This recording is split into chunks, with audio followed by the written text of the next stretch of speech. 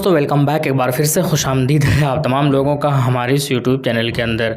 आइए दोस्तों बात करेंगे इस वीडियो के अंदर हम लोग ओपिनियन पोल के बारे में, जो कि एक सर्वे के बाद तैयार किया गया है। साथ के साथ देखेंगे कि AIMIM की मदद से किसकी सरकार बनेगी उत्तर प्रदेश के अंदर। साथ में ये भी देखेंगे कि पिछली बार किसके ज़्यादा परसेंटेज जो है वोटों के थे, AIMIM के कितने ज़्यादा परसेंटेज थे और पिछले बार किन किन विधानसभा पर 10,000 से ज़्यादा वोट लाकर अपनी दावेदारी पेश की थी। और इस बार जो है कम से कम वो 10 से 12 जो विधानसभा जहां पर MIM जीत सकती है वो कौन कौन सी है, इसी के बारे में बातें करेंगे। जो नहीं हो बराए मेहरबानी चैनल को जरूर सब्सक्राइब करें और वीडियो को जरूर लाइक करें।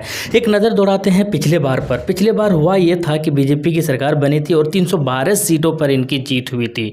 और परसेंटेज ऑफ वोटर्स की अगर बात की जाए तो 39.67% जो है इन्होंने गेन किया था। अगर इसको कन्वर्ट करें हम लोग नंबर ऑफ वोटर्स में तो 3,44,00,000 से ज़्यादा जो है इनके हिस्से में जो है वोट आया था बीजेपी के। दूसरे पोजीशन पर BSP रहे थे। परसेंटेज ऑफ वोटर्स की अगर बात की जाए 22% इनको वोट मिले थे और इस तरीके से जो है 1,92,00,000 जो है इनके हिस्से में वोट आया था। लेकिन नंबर ऑफ सीट की अगर बात करें तो ये तीसरे पोजीशन पर रहे थे सीट के मामले में और 19 सीट जो है इनके हिस्से में आया था मायावती के पार्टी के हिस्से में। तीसरे नंबर की अगर बात की जाए तो SP थे समाजवादी पार्टी के और ये 21.82% इनको वोट मिले थे और इस तरीके से 1,89,00,000 जो है वोट इनके हिस्से में आया था। लेकिन नंबर ऑफ सीट्स की अगर बात की जाए तो 47 यानी कि 47 सीट जो है इनके हिस्से में यानी अखिलेश यादव के पार्टी के हिस्से में आया था। इसके अलावा कांग्रेस की अगर बात की जाए 6.25% लगभग 54 लाख के आसपास इन्होंने वोट हासिल किया था। और सीट की अगर बात की जाए तो 7 सीट इनके हिस्से में आया था 2017 में। RLD की अगर बात की जाए 1% इनको वोट मिले थे और वोट्स की अगर बात की जाए नंबर से की तो 8,51,336 वोट इनको आए थे और 1 सीट इनको प्राप्त हुआ था। इसी तरीके से SB SP की अगर बात की जाए जो कि आपको मैं बता दूं ये ओम प्रकाश राजभर की पार्टी है, 0.7% इनके हिस्से में आया था और 6 लाख से ज़्यादा इनको वोट मिले थे, 4 सीट इनके हिस्से में आया था। इसी तरीके से निषाद पार्टी की बात की जाए तो 0.6% इनको वोट मिले थे, 5 लाख से ज़्यादा। इसी तरीके से पीस पार्टी ने अच्छा परफॉर्म किया था और 0.3% जो है इनके हिस्से में आया था, 2 लाख से ज़्यादा, 2,27,998 वोट से इनको पड़े थे। इसी तरीके से AIMIM की अगर बात की जाए तो इन्होंने खाता नहीं खोला था और 0.2% जो है इनको वोट मिले थे। और अगर नंबर्स की बात की जाए तो 2,05,232 वोट इनको मिले थे। इसी तरीके से लोकदल की अगर बात की जाए तो 0.2%, 1 लाख से ज़्यादा। इसी तरीके से शिवसेना की अगर बात की जाए 0.1%, 88,000 वोट्स।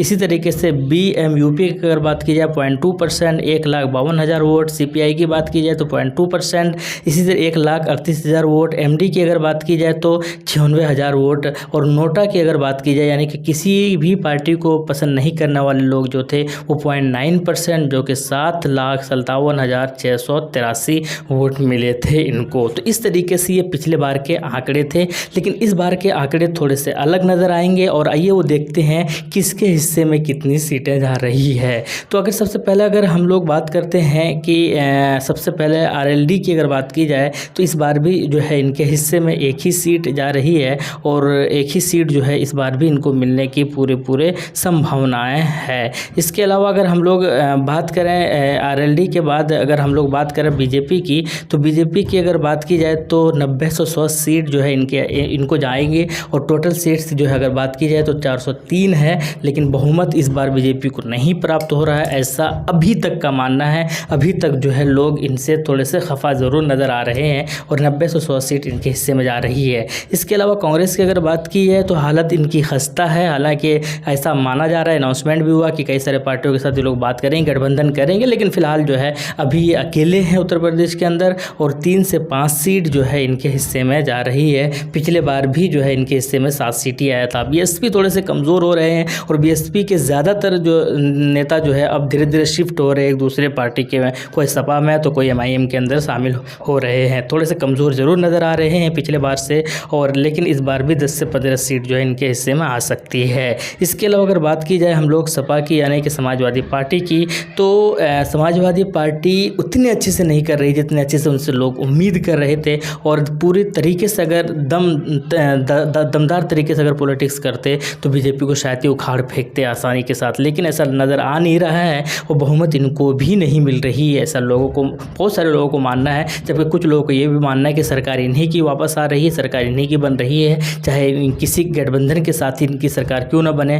लेकिन बनेगी इन्हीं की सरकार। खैर कुल मिलाकर 150 प्लस जो है वोट इनके हिस्से में आ रही है, ऐसा लोगों का मानना है। और ऐसा होता है तो फिर बहुमत नहीं मिलेगा, और बहुमत नहीं मिलेगा तो फिर इसको ज़रूरत पड़ेगी किसी न किसी पार्टी की। अब ये देखना होगा कि वो पार्टी संकल्प मोर्चा होगा या वो पार्टी जो है AMM की पार्टी होगी या फिर BSP की या कांग्रेस की। अब ये देखना बड़ा दिलचस्प होगा। अगर संकल्प मोर्चा की अगर बात की जाए तो 10 पार्टी अभी इस मोर्चा के अंदर शामिल है, AMM भी है। आइए देखते हैं कौन कौन सी है। तो जन अधिकार पार्टी है, सुहेलदेव भारतीय समाज पार्टी है, राष्ट्रीय उदय पार्टी है, भारतीय वंचित समाजवादी पार्टी है, भागीदारी पार्टी है, इसी तरीके से जनता क्रांति पार्टी है, राष्ट्रीय क्रांति पार्टी है, अपना दल है, इसी तरीके से भारतीय मानव समाज पार्टी है और AIMIM की पार्टी है इस मोर्चा के अंदर। तो इस मोर्चा जो है दमदार साबित हो सकते हैं। हालांकि दावा कर रहे हैं कि सरकार इन्हीं की बनेगी, और इन्होंने ये भी कह दिया है कि मुख्यमंत्री जो है वो 5 अलग अलग साल में अलग अलग पार्टी का जो है 5 मुख्यमंत्री होगा, और 2 दर्जन से ज़्यादा जो है उप मुख्यमंत्री भी आपको देखने को मिलेंगे 5 साल के अंदर।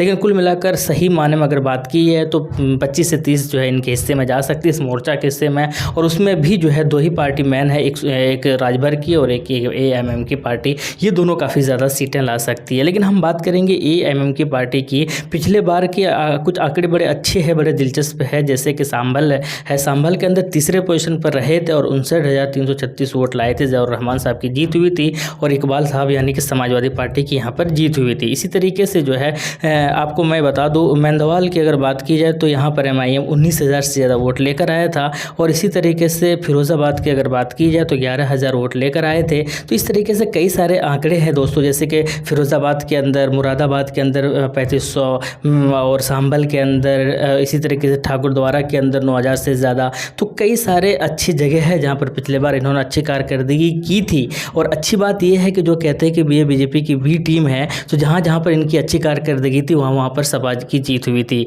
अब ये भी बड़ा इंटरेस्टिंग आंकड़े हैं। लेकिन कुछ आंकड़े ऐसे हैं बाकी जगह पर इनकी खासा जो है ज़्यादा इन्होंने वोट हासिल किया नहीं था। जैसे कि आगरा साउथ से मात्र 232, इसी तरीके से जो आपको बता दूं कोली से 463, इसी कैराना से 1365, इसी तरीके से सहारनपुर से मात्र 693, मुरादाबाद सिटी से जो है वो 3500, इस मुरादाबाद रूरल से जो है 947।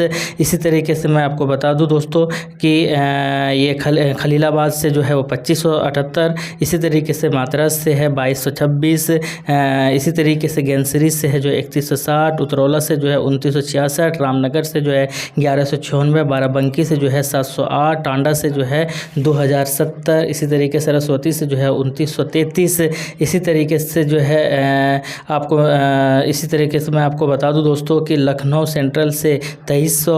तो ये एक आंकड़े हैं। नगीना से जो है 4385, इलाहाबाद साउथ से जो है 868, आर्यनगर से जो है वो 1557। तो ये आंकड़े हैं दोस्तों जो कि पिछले बार के आंकड़े थे। थोड़ा से कहीं पर कुछ जगह पर 2-4 जगह पर जो है ये अच्छे आंकड़े थे, बाकी जगह पर जो है इनकी इतनी ज़्यादा वोट लाए नहीं थे। फिर भी BJP की जीत होती है। तो आप समझ सकते हैं कि दम एक्चुअली कमज़ोरी सपा की और BSP की थी, लेकिन ठेकरा जो है वो MIM के सर फोड़ा गया था। लेकिन अगर हम बात करें इस बार की, तो इस बार जो है ये 10 से 15 सीट जो है MIM के हिस्से में जा सकती है, ऐसा लोग मान रहे हैं। और पिछले बार के बात अलग था, उसके बाद मजबूती प्रदान हुई है और लोग जुड़ रहे हैं। अब तो बहुत सारे दूसरे दिग्गज नेता लोग भी जो कि पहले विधायक रह चुके हैं वो लोग भी MIM ज्वाइन कर रहे हैं। तो ये अच्छी बात है और आने वाले वक्त में जो है उम्मीद यही है कि और भी बेहतर प्रदर्शन करेंगे। तो मेरे हिसाब से, मेरे opinion to me, according to me basically MIM जो है वो रोल प्ले कर सकती है सपा के जो है सरकार बनाने में। सपा की सरकार बन सकती है ऐसा लोग मान रहे हैं। और सपा को सरकार, लेकिन बहुमत शायद उनको थोड़े से मुश्किल से प्राप्त हो सकती है। अगर बहुमत नहीं मिलेगी तो MIM काफ़ी ज़्यादा रोल प्ले कर सकता है सरकार बनाने में, या संकल्प मोर्चा रोल प्ले कर सकता है सरकार बनाने में, अगर संकल्प मोर्चा इसी तरीके से काम करती रही तो। अगर संकल्प मोर्चा नहीं टूटी तो, और अगर इसी तरीके से यूनाइटेड रही तो संकल्प मोर्चा काफ़ी अहम साबित होगा किसी की भी सरकार बनाने में। आप क्या कहते हैं कमेंट सेक्शन में बताइएगा। मिलते हैं नेक्स्ट वीडियो में। थैंक यू, जय हिंद, लव यू।